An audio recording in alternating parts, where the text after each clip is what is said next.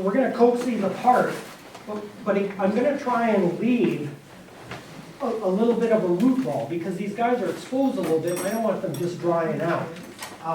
This would almost be one of those days that if you're outside where it's cool and kind of damp today, you could have trees sitting out exposed.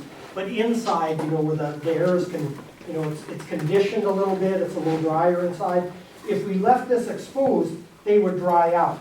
Now, I'm not so much worried about the roots on the tips because we're going to be trimming those back anyway. But by leaving this intact, what we will get is we'll make sure we know that the roots in the core are still being protected. They're still moist.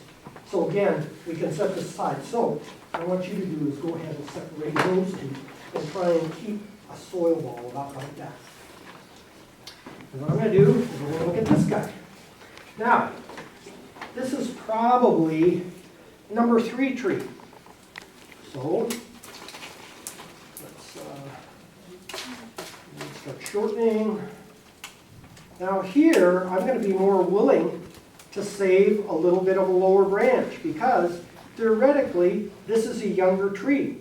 And you would have lower branches on a younger tree. So again, I'll be willing to play with this guy a little bit more.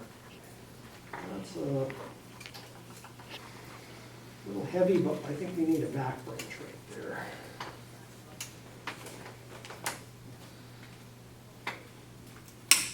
Oops, that didn't get anybody. Jealous. So like as I get up to the top, it's getting rid of coarseness, going to stuff that's a little finer. So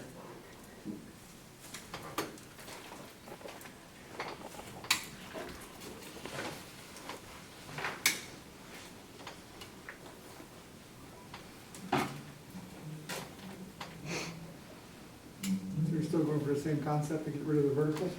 Get rid of verticals, but I'm also now looking, because this is a maple, these also grow in bars.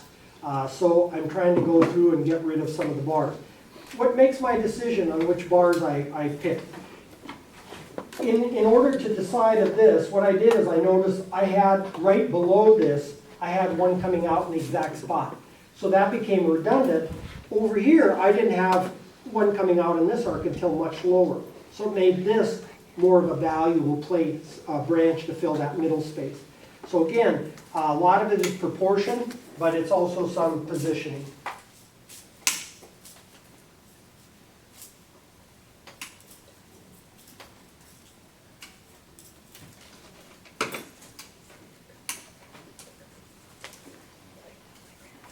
Okay? Number 2.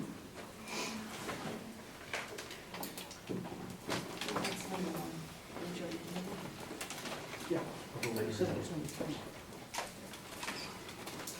So again, these side branches on this guy, for example, they're so cylindrical with no, decent branching. So we're just going to eliminate it because the main trunk in this case has a bit more character.